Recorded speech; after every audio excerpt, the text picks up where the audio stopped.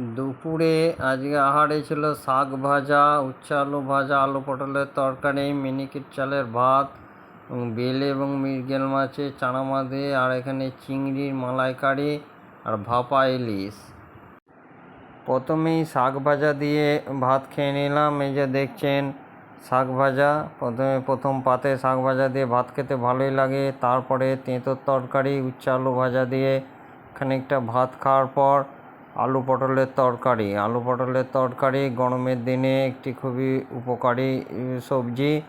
তারপরে চলে এলাম মাছের পদে। প্রথমে ভেলে মাছে কাঁটা খুব কম থাকে এবং এটা খেতেও খুব সুস্বাদু। ভেলে মাছটি খেয়ে ভেলে মাছের গ্রেভি দিয়ে খানিকটা ভাত মেখে খেলাম। তারপরে মৃগেল মাছ, এই যে দেখছেন ছোট মৃগেল মাছ, মাছটা খুবই সুন্দর ছিল।